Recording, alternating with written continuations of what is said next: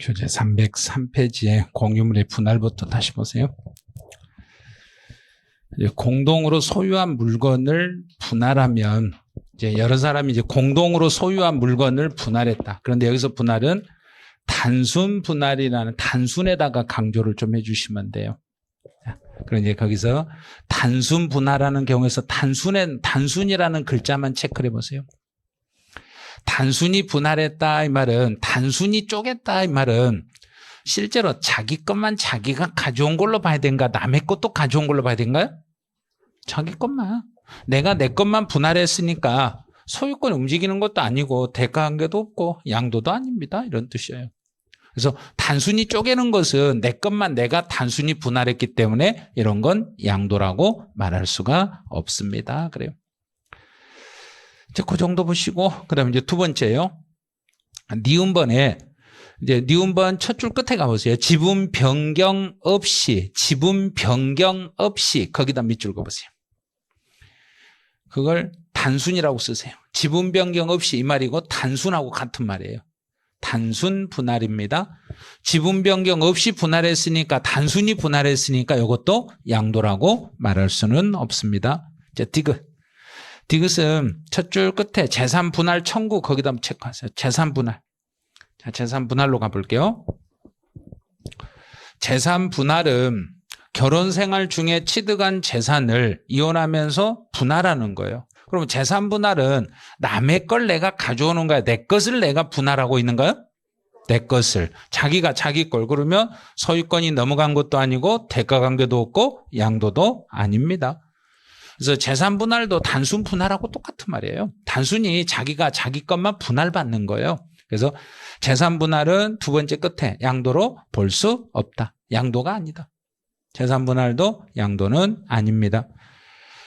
그럼 앞에서 다시 한번 이제 그 내용 박스에다 묶어놨는데 위자료를 부동산으로 넘겨주면 이 사람은 양도다, 양도 아니다. 양도다. 그런데 재산 분할했을 때는 이건 양도도 본다, 안 본다? 안 본다. 양도로 볼 수가 없습니다. 그래요. 그다음 이제 5번 신탁 해지로 가보죠.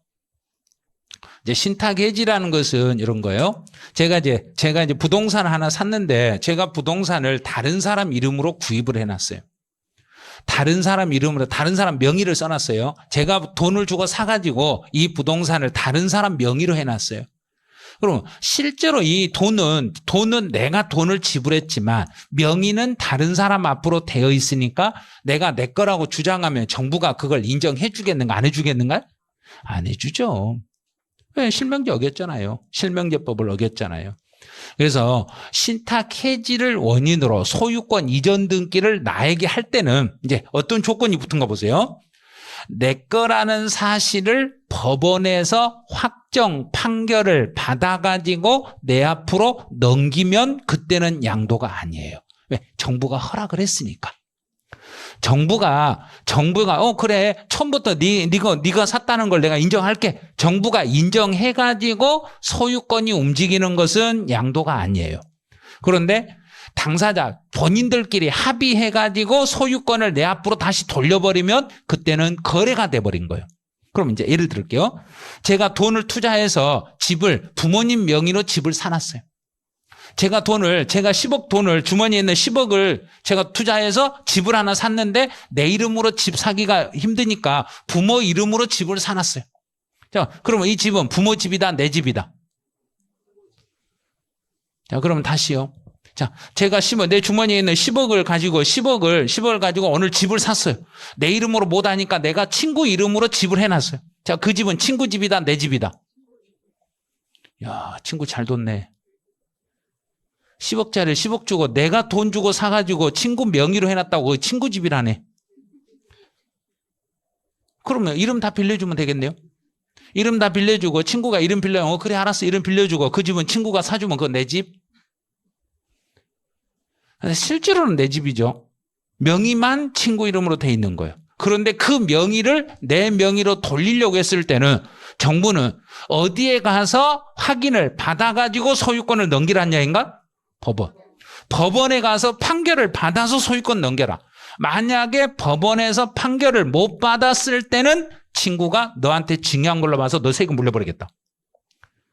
그래서 나중에 일하실 때 그냥 실제로 본인 돈만 입증이 되면 돼요. 이런 소리 절대 하시면 안 돼요. 본인 돈이 입증이 돼도 법원에서 판결이 떨어지기 전에는 그건 남의 물건이에요. 주의하셔야 돼요. 그래서 혹시라도 거래할 때 부모나 형제 명의로 집을 사놓은 걸 내 명의로 등기를 돌릴 때 그냥 함부로 돌리면 큰일 나요. 그거는 반드시 무엇을 받아가지고 그 서류를 가지고 가서 돌려야 된가? 판결문을 받아가지고 내 거라는 확인서를 받아가지고 돌려야만 양도가 아니지. 만약에 내 거라는 확인서를 받지 않고 소유권을 넘겨버리면 상대방이 나한테 증여한 걸로 봐서 증여세가 나와버려요. 엄청나게 무서운 거예요. 그럼 나만 나중에 물리냐면 너 옛날에 처음에 이 사람한테 사줬지. 증여세 물려버리고 또 일로 가져오면 나한테 증여세 물려버리고 이중으로 추징해버려요. 엄청난 세금이 나와요. 그러니까 혹시라도 신탁 해지를 원인으로 다른 사람 명의로 등기해놨다가 내 명의로 등기를 바꿀 때는 반드시 무엇을 받은 상태에서 소유권을 넘겨라. 판결. 그래서 제일 중요한 게 판결. 법원의 확정 판결 거기다 체크하세요. 법원의 확정 판결에 의하여 신탁 해지를 원인으로 소유권 이전 등기를 하는 경우는 이거는 양도로 본다. 양도가 아닌 걸로 본다. 양도가 아닌 걸로 보겠습니다. 이렇게 가는 거예요. 자, 이제 6번으로 이제 가보죠. 자, 6번은 갑이라는 사람, 자, 을이라는 사람, 요 두 사람이 이제 거래를 해요. 자, 거래. 갑이 을에게 부동산을 이전을 했어요. 이전하고 을이 갑에게 대가를 유상으로 지급을 했어요. 자, 그러면 갑 입장에서는 자, 원칙. 갑은 내 부동산을 상대방에게 넘겨주고 대가를 유상으로 받았으니까 상대방이 돈 줬을 거 나는 돈을 받았으니까 갑 입장에서는 원칙은 뭘로 봐야 맞는가요? 양도. 자, 양도로 봐야죠. 양도로 봐요. 여기까지는 일반적인 경우예요. 그런데 문제는 갑이라는 사람과 을이라는 사람이 배우자이거나 또는 직계 좀비속간이었을 때는 배우자나 직계 좀비속이네요. 그럼 갑하고 을이 부부간이거나 갑하고 을이 누구 간이거나 부모 자식 간이거나 부모하고 자녀 간은 형제 간은 이거 안 들어가요. 형제 간에는 여기하고는 상관없어요. 부모하고 자녀 간에 부부 간에 거래했을 때는 원칙 이제 조심을 해야 돼요. 부부 간에 부동산을 거래하고 대가를 받았다고 해도 을이라는 사람이 갑에게 돈을 주고 이 부동산을 샀다고 해도 정부 입장에서는 갑에게 너 돈 받은 걸로 봐 그런가 돈 안 받은 걸로 봐 그래 버린가? 안 받은 걸로 봐서 징여로 처리해 버려요. 아니 징여 아니라고 나 돈 주고 실제로 대가 관계 있었다고 아무리 말해도 아니에요. 부부간에 부자간에 거래한 것은 대가인데 아니 진짜 돈 줬다니까요. 그러면 객관적으로 입증을 해. 객관적으로 증명이 되면 자, 여기서 객관적이라는 것은 누구를 통해서 확인이 되면 그렇죠. 국가기관을 통해서 요 대가 관계가 확인이 되면 그때 가서 뭘로 보겠다? 양도. 그때만 양도로 보겠습니다. 이렇게 가는 거예요. 그래서 객관적으로 증명이 되면 양도로 보고 증명이 안 되면은 그때는 뭘로 잡아버리고 징여로 보겠습니다. 그럼 이제 객관적으로 증명되는 사유 요것들을 이제 익혀야 돼요. 그냥 암기할 필요 없어요. 주로 객관적으로 증명하는 것은 누가 이 물건을 갑의 물건을 갑이 직접 배우자에게 팔면 그래야 된가요? 갑의 물건을 국가가 대신 팔면 그래야 된가? 그렇죠. 이 갑의 물건을 국가가 대신 파는데 그 국가에서 파는 것을 상대 배우자나 상대 배우자 직계 존비속이 국가를 통해서 상대방 걸 거래하면 객관적으로 증명이 됐다 안 됐다? 됐다. 그러면 그때는 양도로 보는 거예요. 그러니까 이걸 막 애올라가지 마시고 이 흐름을 잡으셔야 돼요. 흐름을 잡으면 이건 암기 안 해도 당연히 따라와요. 자, 그럼 이제 해석해 볼게요. 갑이 세금을 안 냈어요. 세금을 안 내가지고 갑의 물건을 세무서에서 압류를 해버렸어요. 세무서에서 압류해가지고 갑의 물건을 경매로 파는데, 공매로 파는데 갑의 배우자가 세무서로부터 구입해 갔네. 그럼 대가 입증됐다 안 됐다? 됐으면 증여다 양도다? 양도. 너 갑이라는 사람이 파산 선고 처분으로 파산 신청을 해가지고 파산 신청해서 법원에서 경매로 매각을 하면요. 법원에서 매각한 것을 배우자나 직계 존비속이 구입하면 양도로 본다, 양도가 아닌 걸로 본다. 양도로 본다. 봐요. 이해되겠죠, 이제? 이렇게 잡아야 되는데, 처음 잘 모르신 분은 이것부터 애우려고 그래요. 어떻게 애우냐? 머리 글자 따서 막 애워. 그럼 이 머리 글자가 어디에 적용되는지를 몰라요. 많은 걸 애워놓다 보니까 이걸 어디다 쓰는 거지 그래요. 접목이 안 되는 경우가 있어요. 자, 그럼 이제 질문 가보죠. 6번 봐보세요. 배우자 또는 직계 존비속 간 이전. 그럼 배우자나 직계 존비속 간 움직이는 것은 이거는 증여로 봐라, 양도로 봐라. 증여. 원칙은 증여로 봐라. 증여로 봐요. 근데 세 번째 줄 제일 밑에 봐보세요. 대가를 지출한 사실이 입증되는 경우. 그럼 여기서 입증이다. 입증 밑에다 객관적 하고 쓰세요. 여기서 입증은 객관적으로 입증이 되면 그때는 뭘로 해석을 하면 되고 양도. 그때만 양도입니다. 자, 그럼 이제 객관적으로 입증되는 게 어떤 게 있는가 보세요. 한 페이지 넘겨보세요. 자, 기어. 경매 절차. 법원의 결정으로 경매. 그럼 어디에서 물건이 거래된 걸 샀다? 법원에서. 법원에서 거래된 물건을 구입했으니까 대가 입증이 됐다 안 됐다? 됐다. 그러면 양도. 파산 선고도 이것도 법원. 그다음에 공매. 국세징수법에 의한 공매는 세무서. 이것도 양도. 그다음에 증권시장을 통하여 유가증권이 처분됐다. 증권시장을 통했으니까 직접 본인들끼리 거래했는가요? 국가기관을 통해서 거래했는가? 국가기관을 통해서 거래했으니까 양도. 나머지 지문 이제 하나씩 읽어보시면 요거 개인 간에 서로 이전하는 건 안 되는구나. 중간에 정부기관이 개입이 되어 있는 것은 요거는 양도가 되는구나. 이렇게 알 수 있어요. 이제 7번. 매매원인 무효소. 여기서 소에다 동그라미 쳐보세요. 그 다음 끝에 환원 동그라미 치세요. 자, 지금 물건을 팔았어요. 자, 지금 제가 이 부동산을 팔았어요. 지금 학원 이 부동산을 팔았어요. 그런데 하자가 있었어요. 하자가 있어가지고 소송을 걸어가지고 이 거래 자체가 무효라는 판결을 받았어요.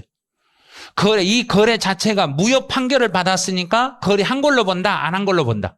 안 한 걸로 본다. 봐요. 해석됐네. 매매원인 무효소로 인하여 환원, 다시 환원, 원래대로 되돌아왔다. 원위치가 돼버렸다. 물건을 팔았다가 다시 원상태가 돼버렸을 때는 소유권이 움직이지 않는 걸로 봐서 양도가 아닌 걸로 보겠습니다. 그래서 소송, 물건을 팔았다가 소송에 의해서 다시 원위치가 돼버리면 양도가 아닌 걸로 봅니다. 이제 8번은 이건 보류하세요. 이거는 내년 1월 1일부터 법이 개정되는 내용이기 때문에 보류해 놓으세요. 자, 그럼 이 정도 해 놓으시고 이제 오른쪽에 1번 한번 봐볼게요. 자, 이제 풀 수 있겠는가 한번 연습해 볼게요. 양도에 해당하는 것 찾아라. 1번 환지처분으로 지목. 지목이나 지번이 변경이 되면 요거 양도로 본다 안 본다? 안 본다. 자, 두 번째. 부담부 증여 시 채무에 해당하는 부분을 제외, 채무를 제외한 나머지는 뭘로 보고? 증여. 그다음에 세 번째, 양도 담보 계약을 체결한 후에 채무 불이행으로 변제 충당이 됐으니까 소유권 움직였다 안 움직였다? 움직였으니까 뭘로 본다? 양도. 그럼 답은 3번이 되네요. 또 매매원이 무효소, 소송에 의해서 환원, 다시 원위치가 됐으니까 양도가 아니다. 본인 소유의 자산을 경매로 본인이 내가 내 것을 다시 재취득했으니까 양도로 본다 안 본다? 안 본다. 풀 수 있겠잖아요. 지금 11월 달에 설명 듣고도 풀 정도 되면 시험은 10월 달이니까 충분히 다 풀 수 있어요. 이 정도는 충분히 해결할 수 있어요. 자, 뒤로 넘어가 보세요, 이제 제3절에 양도 및 취득 시기로 이제 넘어가요. 양도 및 취득 시기는 이제 요 단어가 뭔지 이제 양도란 단어는 이제 배웠죠. 양도는 넘겨주고 대가를 받는 거. 자, 그러면 이제 시기. 자, 여기서 시기는 총론에서 이미 설명했어요. 시기. 뭘 시기라고 하고? 시작, 첫날. 시작, 처음. 시작. 시기는 첫날 이렇게 생각하시면 돼요. 그러면 양도한 첫날, 취득한 첫날은 둘이 똑같습니다. 양도 시기하고 취득 시기는 분석을 할 때 똑같이 분석합니다, 이 말이에요. 그래서 양도 및 취득 시기라고 했으니까 양도 시기와 취득 시기는 아무 말이 없으며 똑같이 분석하세요, 이 말이에요. 양도소득세에서 왜 양도 시기만 분석하면 되지 왜 취득 날짜까지 따지고 그러신가요? 양도소득세에서 취득 날짜를 알아야 될 이유가 뭐다? 언제 취득한 것을 언제 팔았는지 알아야 장기보유 특별공제도 적용하고 세율도 적용하고 비과세를 받을 것인가 못 받을 것인가가 이런 것들을 알아야 돼요. 그래서 취득 날짜도 따지셔야 돼요. 자, 원칙. 양도라는 것은 물건을 넘겨주는 게 양도다, 주고받는 게 양도다. 자, 그러면 주고받는 게 양도니까 소유권, 양도는 소유권이 넘어갔을 때 내가 실제로 소유권을 넘겨주는 날은 계약금, 중도금, 잔금 셋 중에 무엇을 받은 날을 양도로 잡아라. 잔금. 근데 사실상 대금 또는 잔금 지급일입니다. 또는 청산일입니다. 이렇게 쓰시면 사실상 대금을 청산한 날을 양도 및 취득시기라 합니다. 자, 그럼 이제 첫 번째 줄 중간 찾아보세요. 사실상 잔금 청산일 또는 대금 청산일. 그러면 양도한 날은 지금 양도한 날은 내가 이 물건을 넘기고 돈을 다 지급한 날 그래야 된가? 돈을 다 받은 날 그래야 된가? 돈을 받은 날. 양도니까. 만약에 취득 시기 그러면 내가 이 물건을 가져오고 돈을 뭐 한 날? 다 준 날. 다 준 날. 똑같죠? 그래서 양도는 실제로 돈을 다 받은 날. 취득은 돈을 다 준 날. 실제 개념으로 따진다는 거. 언제나 사실 판단만 하는 거고 계약서 판단은 절대로 하시면 안 돼요. 양도소득세 계약서에 기록된 날짜로는 보유기간 이 날짜를 잡으면 안 돼요. 양도소득세에서는 세율이라든지 비과세라든지 장기보유 특별공제에 따라서 세금의 액수가 너무나 많이 달라지다 보니까 계약서를 조작해가지고 날짜를 조작할 수 있어요. 그래서 양도소득세에서는 어떤 일이 있어도 계약서를 인정해 주지 않아요. 다른 데서는 인정이 돼요. 그런데 양도소득세에서는 계약서는 절대 안 된다는 걸 주의하셔야 돼요. 나중에 일하실 때도 양도소득세에서 날짜를 잡을 때 계약서상에 찍힌 날짜로 하시면 큰일 나요. 계약서의 날짜는 형식상 그런 쓰는 것뿐이지 실제 돈 통장에 입금된 날 이게 중요한 거예요. 그래서 사실상 대금을 청산한 날을 양도 및 취득 시기라고 잡겠습니다. 그래요. 자, 거기까지 잡았어요. 이제 두 번째, 양가락 2번 내려보세요. 그러면 대금 청산일이 분명하지 않다. 그러면 실제 대금 청산일이 분명하지 않다는 이야기는 실제로 돈이 언제 들어오고 언제 돈을 지급했는지 사실 확인이 된다는 이야기인가 안 된다는 이야기인가? 안 된다는 이야기예요. 사실 확인이 안 되면 그러면 계약서를 쓴다 못 쓴다? 절대 안 돼요. 계약서는 절대 쓰면 안 된다고 그랬어요. 그래서 대금 청산일이 불분명한 경우에 대금 청산일이 분명하지 않았을 때는 등기 접수일로 가요. 등기 접수일로 바로 가겠습니다. 자, 그러면 가봐요. 대금 청산일이 분명하지 않았을 때는 등기 접수일이다. 그래서 등기 등록 접수일 두 번째 줄에다 밑줄만 거세요. 그러면 실제 돈이 언제 들어오고 언제 나갔는지 확인이 안 되면 무슨 날짜를 가지고 따지란 얘기인가? 등기 접수한 날. 등기를 접수한 날로 가야 돼요. 등기 접수일을 취득일, 양도일로 잡아주시면 돼요. 그 다음 이제 세 번째, 양그로 3번이에요.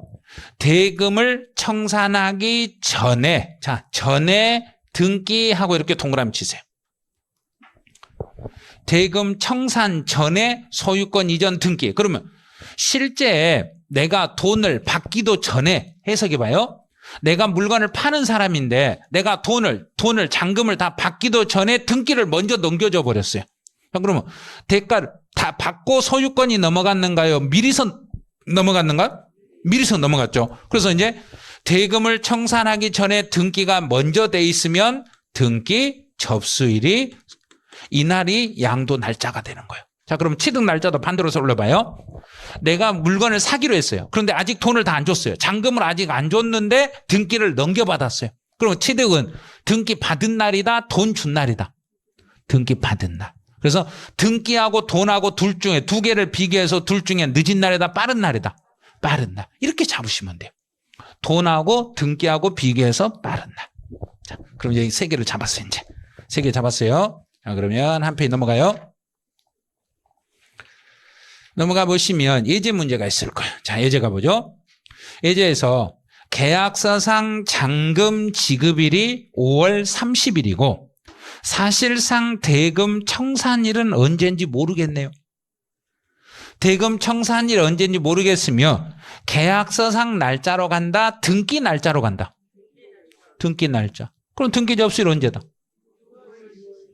그럼 답은 6월 20일이에요. 그 정답이에요. 너무 쉽죠. 이렇게 쉬운 게 12회 때 시험 문제란 얘기예요. 이게 그때만 이렇게 나오는 게 아니라 또 나올 수도 있는 거예요. 이런 문제는. 그러니까 기본적으로 간단하잖아요. 원칙은 사실상 대금 청산일, 사실상 대금 청산일이 확인 안 되면 등기 접수일, 사실상 대금 청산 전에 등기를 먼저 했어도 등기 접수일. 그럼 대금 청산일하고 등기 접수일 두 개를 비교했을 때는 둘 중에 빠른 날. 그 중에 빠른 날을 취득 및 양도로 잡겠습니다. 이제 특수한 경우. 장기 할부 조건으로 가보죠. 장기 할부 조건이다. 그럼 이제 왼쪽에 장기 할부에 대한 용어 설명을 해놨어요. 그런 거 알 필요도 없어요. 자, 장기는 긴 거. 자, 길어요. 기간이 길어요. 1년이 넘어요. 장기는 1년이 넘고 할부는 2번 이상 나누는 거고 돈을 지불할 때 만약에 제가 이 건물을 누군가에게 판다고 봐요. 이 건물을 팔려고 하는데 상대방이 돈을 나눠서 준다네.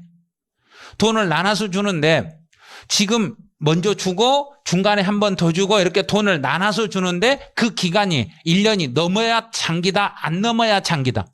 넘어야. 1년이 넘고 2번 이상 나눠서 주는 것을 장기 할부 조건이라고 그래요. 그럼 장기 할부 조건이었을 때는 실제 개념으로 보면 대금 청산일이니까 1년 뒤에 대금이 청산되니까 그때를 양도로 잡아야 돼요. 그러면 장기 할부면 기간이 길어지니까 뒤로 가면 갈수록 정부가 유리한가, 정부가 불리하겠는가? 자, 정부가 유리하다, 불리하다. 정부는 세금을 빨리 받으려고 한다, 늦게 받으려고 한다. 그러면 정부가 유리하다, 불리하다. 불리하니까 어떻게든 이제 법을 정부에 맞게끔 이걸 고쳐버려요. 납세자 입장에서는 늦게 낼수록 좋아요. 그런데 납세자 편을 든 게 아니라 정부 편을 들어가지고 장기 할부 조건이었을 때는 이렇게 세 가지를 살짝 더 정부가 불리하면 여러 개를 세워요. 여러 개를 세워놓고 이 중에 뭐 한 날 그런가? 빠른 날 이러고 있어요. 그래서 장기 할부 조건이었을 때는 소유권 이전 등기 접수일. 소유권 이전 등기 접수일. 그다음 두 번째 인도일. 세 번째 사용 수익일. 이 세 개를 비교해서 이걸 비교해서 그 중에 제일 빠른 날 개념으로 이렇게 잡는 거예요. 그래서 장기할부 조건이었을 때 가봐요. 첫 번째 줄 중간 보세요. 소유권 이전 등기 접수일, 인도일, 사용 수익일 요 세 개 중에서 제일 빠른 날. 그럼 이 중에 대금 청산일, 잔금 지급일은 들어있는가 안 들어있는가? 안 들어있죠. 대금 지급일이 제일 1년 뒤로 늦춰지니까 정부가 그것만 쏙 빼버리고 나머지 날짜 중에서 제일 빠른 날이에요. 그래요. 자, 그럼 이제 백화점에서 물건 하나 사볼게요. 자, 오늘 이제 백화점 가서 밍크코트를 하나 산다고 봐요. 자, 밍크코트 사면은 대략 금액이 얼마 정도 찍혀 있겠는가? 한 1억 정도 찍혀 있어요. 1억 정도 생각해 봐야 돼요. 그래야 이게 이해가 돼요.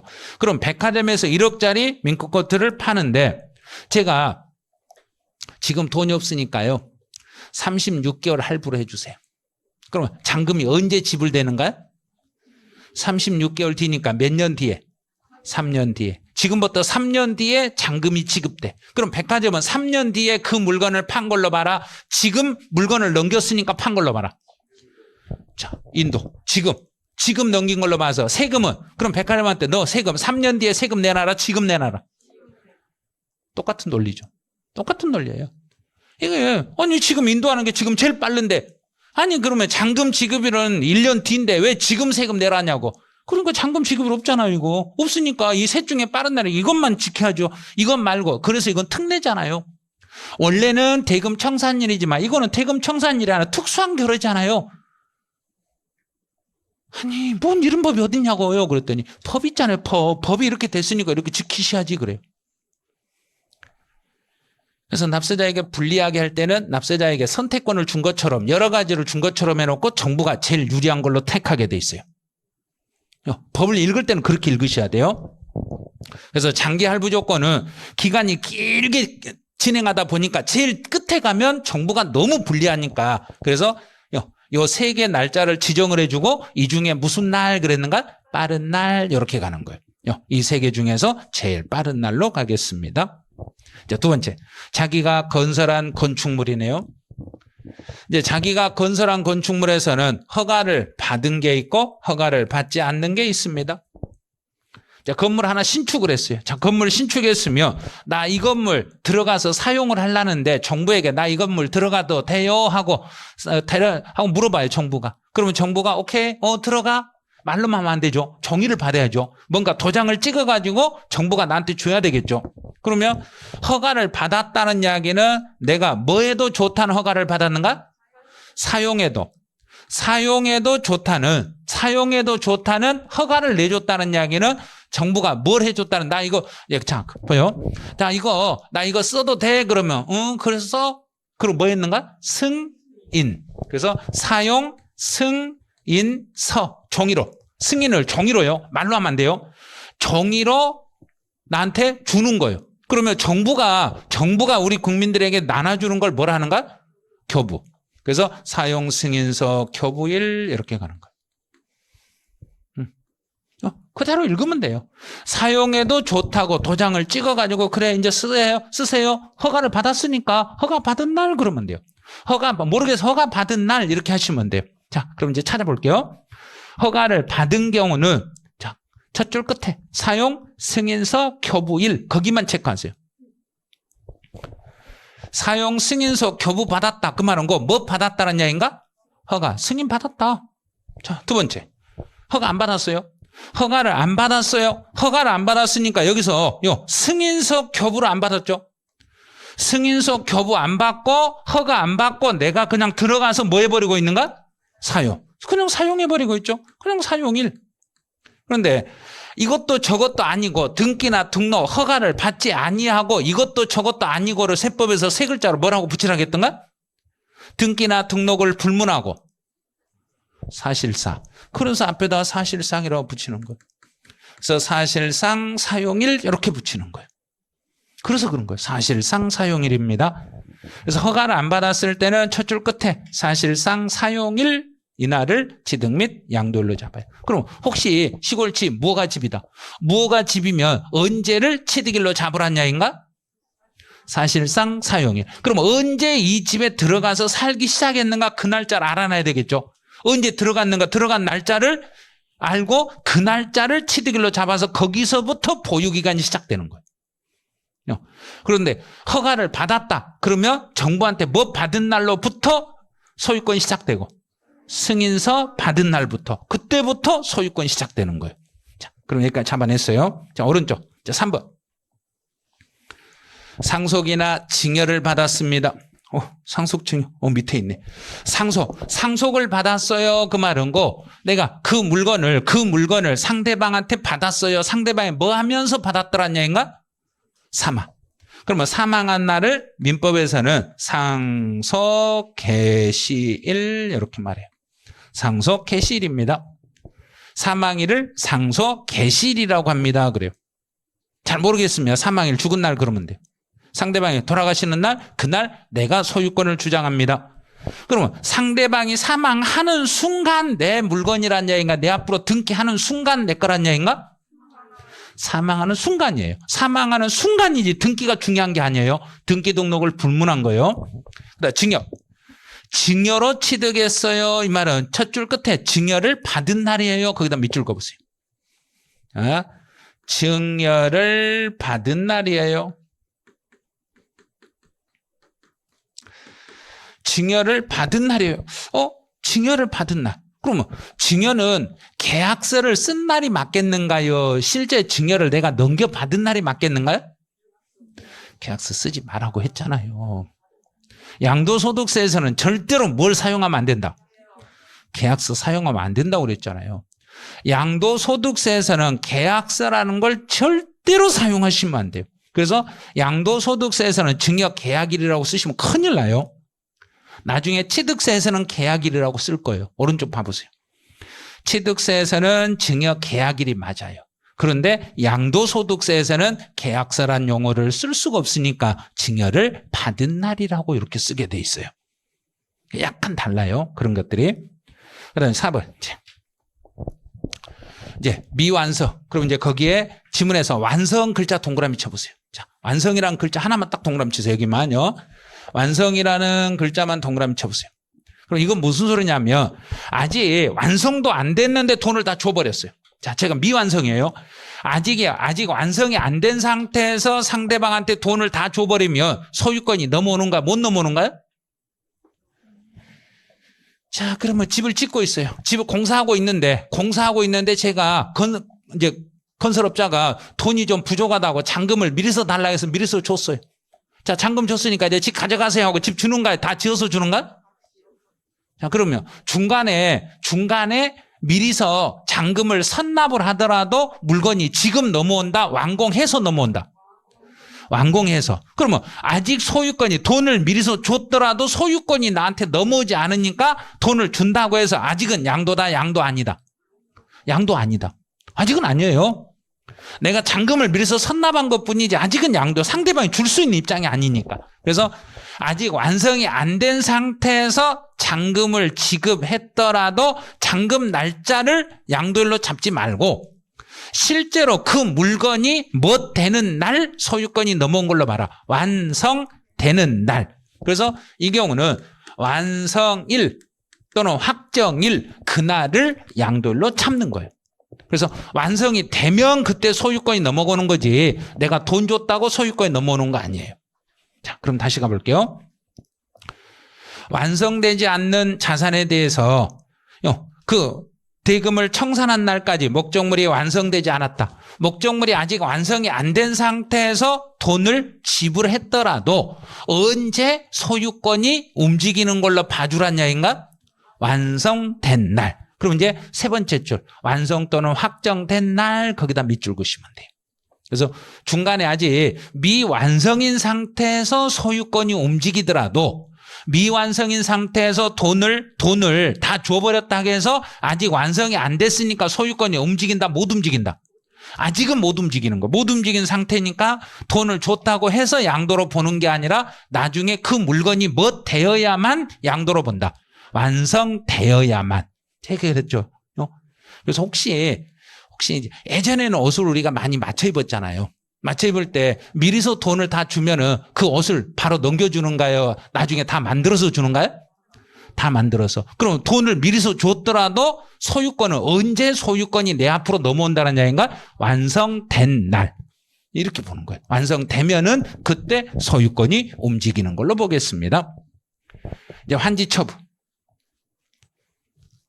조금 어려우실 거예요. 환지 처분으로 취득한 토지의 취득식이다. 이 말은 이건 뭐냐면 환지를 했더라도 지금 내가 가지고 있는 땅이 환지가 되더라도 소유권이 움직이는가 그대로인가요? 그대로예요. 환지하기 전에 그 땅을 환지해서 번지 배정만 달라지는 거지 실제 소유권이 움직이는 거 아니에요. 그러면 환지로 인하여 환지 처분으로 인하여 만약에 지번이 변경이 됐더라도 지번이 변경이 됐다고 해서 내 땅이 새로운 땅이란 이야기인가? 옛날 그 땅이란 이야기인가? 옛날 그 땅의 번지만 바뀐 거예요. 옛날 땅의 번지만 바뀌었기 때문에 소유권은 지금 번지가 바뀌었다고 새로 취득이 되는가? 옛날 땅 그 땅 그대로란 이야기인가? 옛날 땅. 그래서 이런 경우는 환지 전 토지 취득일로 가는 거예요. 환지하기 전에 땅을 취득한 날 그날로 가는 거예요. 환지 전 토지 취득일로 갑니다. 이렇게. 그럼 환지를 한다고 해서 땅의 번지수가 바뀐다고 해서 새로운 땅으로 바뀐다? 그 땅 그대로다. 그 땅 그대로. 그 땅 그대로. 그럼 자, 한번 예를 들어 볼게요. 이제 태어나가지고 지금까지 한 30년을 살았어요. 30년을 살았어요. 홍길동에서 홍길남으로 바꿨어요. 그러면 지금 새로 태어났다, 30년 전에 태어났다.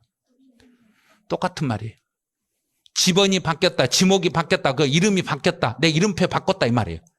이름 바꾼 거예요. 지금 이름 바꾼다고 해서 내가 새로 태어났다고 봐야 되는가요? 옛날에 태어난 걸로 봐야 되는가? 옛날. 과거에 태어난 그날로 그대로 가는 거예요. 그래서 환지천, 옛날 상태 그대로 가는 거예요.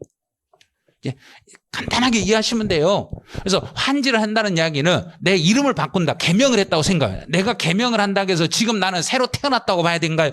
태어난 날은 이미 정해져 있는가? 이미 저 있죠. 옛날 태어난 날. 그래서 환지 이름 바꾸기 전에 옛날에 태어난 날 그날을 취득일로 잡는다. 이거 똑같은 말이에요. 자, 거기까지 했으면 이제 6번 장기 점유. 자, 장기 점유에서 점유에다 동그라미 치세요. 자, 점유. 장기 점유. 장기 점유는 이거는 뭐냐면 민법 규정에 따라서 민법에서 장기간 부동산을 20년간을 제가 주인 없는 땅을 제가 20년간 손으로 들고 있어요. 이렇게 손으로 점유하고 있어요. 20년간을 손으로 제가 이 땅을 내 것인 것처럼 점유하고 있으면 나중에 20년 되면 등기함으로써 민법에서 자기 걸로 만들 수 있어요. 근데 세법은 그게 아니에요. 세법은 점유로 취득했을 때 20년이 지나서 내 앞으로 넘어온다고 해서 세법은 등기 등록이 중요하다 안 중요하다? 안 중요하다고 그랬어요. 분명히 세법하고 민법은 달라요. 다른 법들하고는. 그래서 세법에서는 20년 동안 장기간 점유함으로써 내 것이 되더라도 등기하고 상관없이 점유를 개시한 날 이날을 취득일로 잡아요. 그래서 점유 개시, 점유 동그라미 치고 두 번째 줄 끝에 점유를 개시한 날 이렇게 가세요. 자, 오른쪽에 날개를 봐보세요. 민법에서는 등기한 날이에요. 세법에서는 점유 개시래요. 민법은 소유권만 따지는 거고 세법은 세금 관계를 따져야 되기 때문에 어떻게든지 세금을 적게 물리려고 하는가 많이 물리려고 하는가? 그럼 취득 날짜를 지금으로 잡아라 20년 전으로 잡아라. 20년 전으로 잡아서 그때 금액하고 지금 금액하고 차이만큼 세금을 물려버리는 거예요. 그래서 세법은 다른 법하고 완전히 다르다는 걸 주의하셔야 돼요.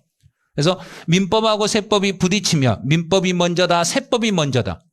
세법이 먼저예요. 세법이 특별법이기 때문에 세법 우선 원칙을 적용하는 거예요. 그래서 세법 문제가 나왔을 때는 점유 취득이면 등기일로 잡는다. 점유 개시일로 잡는다. 점유 개시일로 잡는 거예요. 그래서 우리는 세법에서는 점유를 개시한 날 이날을 취득일로 잡으셔야 됩니다. 그래요. 자, 7번. 법원의 무효 판결로 환원 동그라미 쳐보세요. 자, 이제 앞에서 했던 거 잠깐 볼게요. 제가 물건을 팔았어요. 제가 오늘 팔았어요. 오늘 팔아가지고 다시 일정 시간 지난 다음에 소송을 걸어서 무효 판결이 떨어졌어요. 무효 판결이 떨어지면 다시 팔았던 시점으로 다시 오죠. 원위치가 됐죠. 그러면 내가 팔았지만 그 물건이 다시 원래대로 되돌아왔으니까 이 물건을 판 걸로 본다, 안 판 걸로 본다. 안 판 걸로 보니까 이 물건의 취득 날짜는 지금 판결받은 날에다 처음 취득한 날이다. 처음 당초로 돌아갔으니까 다시 원위치가 됐으니까 원래대로 팔지 않고 원위치가 됐으니까 당초 취득일이 되겠습니다. 그래서 무효 판결을 받았을 때는 거기는 이제 그 자산의 세 번째 줄 당초 취득일이 취득 날짜가 되는 거예요. 지금 무효 판결 받은 날 새로 취득한 게 아니에요. 옛날 취득했던 날짜로 다시 원위치가 되는 거. 원래대로 다시 되돌아가는 거예요. 이제 취득 시기 의제는 요거는 그냥 참고만 하세요. 취득 시기 의제라는 것은 그날 취득한 게 아니지만 의제라는 것은 그걸로 인정을 하는 것을 의제라고 그래요. 그래서 부동산 같은 경우는 1985년 1월 1일을 취득일로 잡고 주식은 86년 1월 1일을 취득일로 잡아줘요. 이건 형식상 이제 그 날짜를 너무 오래전에 취득하고 뭐 계약서 같은 거 없어지고 막 이러다 보니까 취득 날짜를 부동산은 85년 1월 1일 날 취득한 걸로 인정을 해줘요. 그 전에 취득했더라도 그날 취득한 걸로 인정을 해드리겠습니다. 이제 한 표 넘겨보시죠.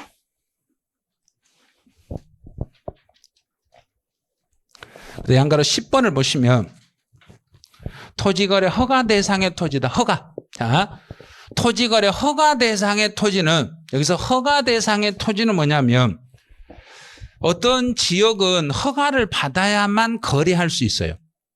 허가를 받아야만. 그런데 허가 대상의 토지일지라도 양도 시기는 지금 내가 돈을 다 줬어요. 자, 지금 이 땅을, 책상을 이제 땅이라고 생각해요. 이 땅을 사기로 하고 상대방한테 제가 돈을 다 줬어요. 그런데 허가구역에 지정이 돼가지고 이 땅이 1년 뒤에 허가가 떨어지네. 그러면 1년 뒤에 허가가 떨어지면 소유권 이전은 1년 뒤에 소유권 이전이 되겠는가? 지금 돈 줬으니까 지금 소유권이 움직이겠는가? 자, 양도라는 것은 등기 등록이 중요하다, 안 중요하다? 안 중요하다. 그러면 허가가 떨어지면 그때 가서 내 앞으로 넘어온다. 지금 돈 줬으니까 넘어온다. 지금 돈 줬으니까. 돈이 중요하대. 허가 뭐 이렇게 등기 중요하지 않아요. 세법은. 그래서 허가 대상의 토지에 대해서 지금 돈을 지불하고 나중에 허가가 떨어지더라도 소유권은 상대방한테 내가 내 것이라고 주장할 수 있는 날은 허가 떨어지면 주장한다. 돈 줬으니까 주장한다. 돈 줬으니까. 그래서 대금 청산일이 되는 거예요. 조심하셔야 될 거예요, 이거. 나중에 이제 세금 신고할 때는 그렇지 않아요. 세금 신고할 때는 정부가 허가 떨어지면 신고하게 돼 있어요. 그래서 약간 혼동스러울 거예요. 그래서 10번 앞에다 주의하고 쓰세요. 요런 건 조심을 좀 하셔야 돼요. 문제 풀 때 주의를 해 주셔야 돼요. 그래서 토지거래 허가 대상의 토지를 거래했을 때는 네 번째 줄 중간에 보시면 잔금 청산한 날이다 이렇게 돼 있어요. 대금을 청산한 날을 양도 날짜로 하겠습니다. 그다음 11번. 이제 공익사업 시행에 따른 수용 동그라미 쳐보세요. 수용이라는 글자만 동그라미 치세요. 수용은 여기도 하나, 둘, 셋. 자, 3개. 이렇게 3개가 나와요. 3개가 나오는데 첫 번째 하나는 대금 청산일. 대금 청산이라는 것은 수용하고 보상금 수령일. 보상금을 수령한 날. 그 다음에 등기 접수일. 등기를 접수한 날. 그 다음에 이제 수용 개시일. 이 3가지를 준 이유는 이렇게 3가지를 주고 나서 이 중에서 정부는 빠른 날로 잡겠다, 늦은 날로 잡겠다. 무조건 이렇게 여러 개가 나오면 무조건 그 중에 빠른 날 이렇게 잡으시면 돼. 그 중에서 빠른 날입니다. 여러 개를 딱 주어지고 그 중에서 제일 빠른 날로 잡겠습니다. 이렇게 가요. 그래서 수용은 이제 두 번째 끝으로 하세요. 대금을 청산한 날, 수용 개시일, 등기 접수일 요 3개 중에서 제일 빠른 날. 문제 풀 때 잘 모르면 이렇게 하세요. 수용이 나오면 무조건 수용만 보이면은 이렇게 여기를 딱 수용 개시일이라는 게 분명히 들어가야 돼요. 수용. 왜 그러냐면 일반 국민들이 보상금 수령도 늦추고 등기도 안 넘겨주면서 계속 날짜를 뒤로 막 늦추려고 그래요. 날짜를 계속 늦춰가지고 세금을 조절하려고 그래요. 그럼 세금 조절하는 것을 정부가 못하게 하기 위해서 중간에 무슨 날짜를 딱 갖다 잡아 넣어버린가? 수용 개시일이라는 날짜를 정부가 지정을 해버려요. 지정해놓고 너희들이 아무리 세금을 조정하려고 해도 조정하게끔 안 되게 위해서 조정을 못하게 하려고 수용 개시일을 중간에서 잡아 넣어버린 거예요. 잡아 넣어놓고 그중에서 무슨 날? 빠른 날. 그러면 납세자 내가 아무리 뒤로 가려고 해도 세금을 뒤로 내려고 해도 정부가 날짜를 딱 지정해버렸으니까 그것들 중에서 빠른 날이니까 정부가 납세자 꼼짝 못하게 묶어버리는 거예요. 그래서 수용 개시가 중간에 반드시 있다는 걸 기억하셔야 돼요. 수용 개시일 중에서 빠른 날. 자, 12번. 요거 참고만 하세요. 12번은 자, 물건을 여러 개를 샀어요. 여러 개를 사가지고 주머니에 제가 여러 개를 넣어놨어요. 막 여러 개 넣어놓고 막 적었어요. 적어놓고 어떤 건지 몰라요. 언제 이게 이 중에서 어떤 걸 내가 먼저 사놓는지를 몰라. 그리고 하나를 뺐어요. 빼갖고 팔았어요. 자, 그러면 제일 먼저 샀던 걸 팔았다고 봐라. 제일 나중에 샀던 걸 팔았다고 봐라. 잘 모르겠으면 어떤 걸 내가 이 물건이 언제 산 건지 잘 구별이 안 돼. 그랬을 때는 제일 먼저 걸 판 걸로 봐라. 제일 나중에 걸 판 걸로 봐라. 제일 먼저 거. 제일 먼저 취득한 것을 제일 먼저 팔았다고 보는 거예요.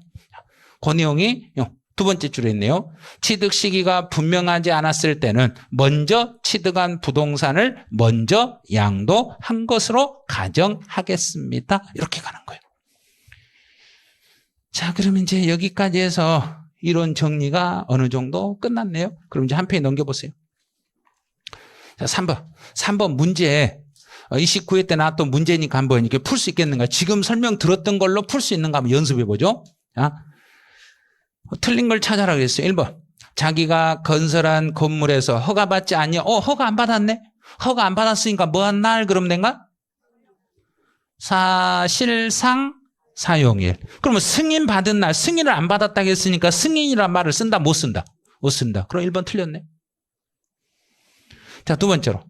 장기할부. 장기할부 나오면 3개. 소유권 이전 등기 접수일, 인도일, 사용수익일 중 빠른 날.